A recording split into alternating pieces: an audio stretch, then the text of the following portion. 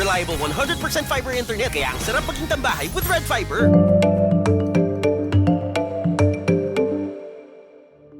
In his first State of the Nation address, or SONA, President Ferdinand Marcos Jr. pledges to overhaul the Philippines' tax system and make it a destination for investment and tourism.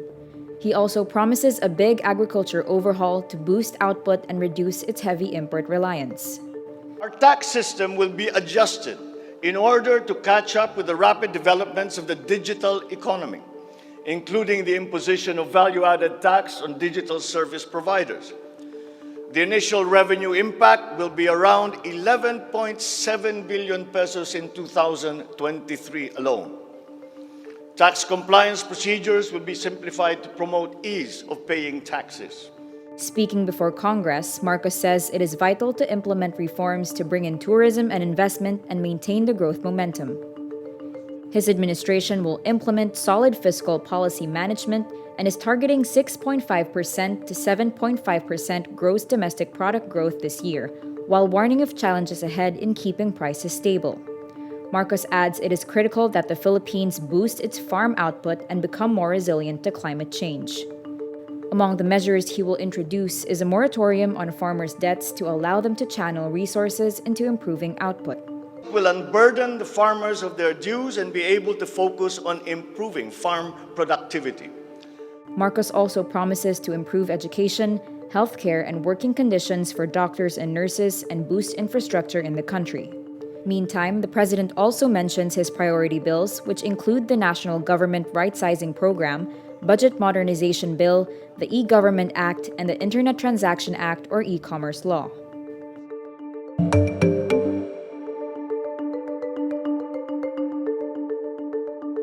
A former mayor of Lamitan City, Basilan, and at least 2 others are killed in a shooting inside Ateneo de Manila University in Quezon City on Sunday, July 24. Ex-Mayor Rose Furigay was at the university to attend the Ateneo Law School graduation of her daughter, Hannah Furigay. Hannah was wounded and rushed to the hospital. The shooting occurred around an hour before the graduation ceremony was supposed to start at 4 p.m. The ceremony was later canceled. The Quezon City Police District names the 2 other fatalities as Geneven Bandiala, an Ateneo security guard, and Victor George Capistrano, aide of the former mayor. In an interview with CNN Philippines, QCPD Director Brigadier General Remus Medina says a suspect was captured by police along Aurora Boulevard. The university was placed under lockdown due to the shooting. President Ferdinand Marcos Jr. and Vice President Sara Duterte both condemned the incident in separate statements. Marcos promises a swift investigation of the killings.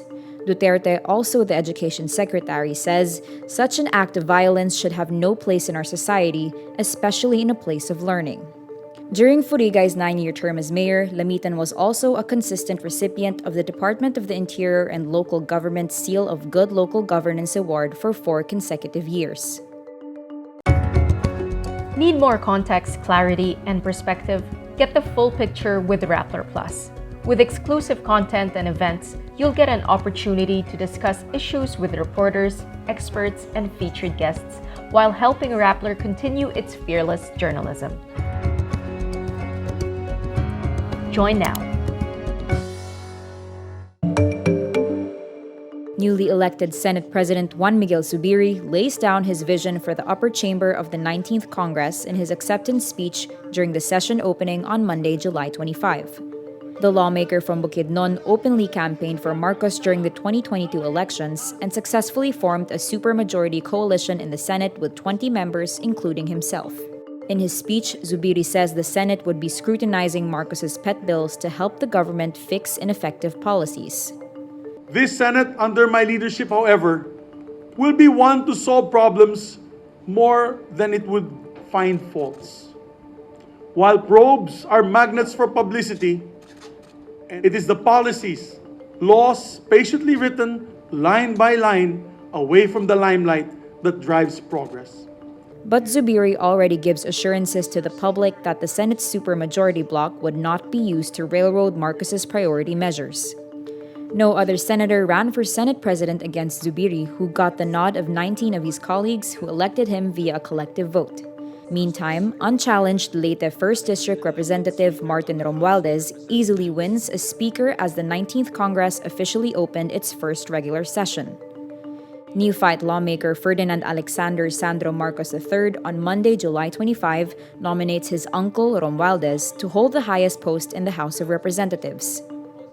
Romualdez is the president's first-degree cousin. The new speaker was majority leader during the 18th Congress when Rodrigo Duterte was president. He's expected to lead a supermajority of Marcos-allied legislators in the House, and Lakas CMD is poised to be the leading party in the lower chamber. The World Health Organization, or WHO, declares monkeypox a global health emergency. We have an outbreak that has spread around the world rapidly through new modes of transmission, about which we understand too little and which meets the criteria in the international health regulations. For all of these reasons, I have decided that the global monkeypox outbreak represents a public health emergency of international concern. Public health emergency of international concern is the highest alert level declared by the WHO. It is a signal to the world of a health emergency that requires an international coordinated response. Following WHO's declaration, the Philippines' health department says surveillance systems are in place to curb monkeypox transmissions. The DOH adds it has been preparing for the monkeypox virus since May 2022. As of July 23, no person suspected of being infected with the monkeypox virus has been detected in the Philippines. According to WHO, there are now more than 16,000 reported cases from 75 countries and territories and 5 deaths. Most reported monkeypox cases are men who have sex with men, especially those with multiple sexual partners. The cast and director of the upcoming sequel to Marvel Studios' blockbuster Black Panther paid tribute to their late co-star Chadwick Boseman on Saturday, July 23. They say they worked through their grief while making the new film. Lupita Nyong'o, Letitia Wright, and other stars appear at the Comic-Con Pop Culture Convention in San Diego to preview Black Panther: Wakanda Forever, which is slated to hit theaters in November. Nyong'o says sharing the trailer was cathartic and very highly emotional. Wright, meanwhile, says several scenes in the new film were fueled by the cast dealing with the loss of Boseman.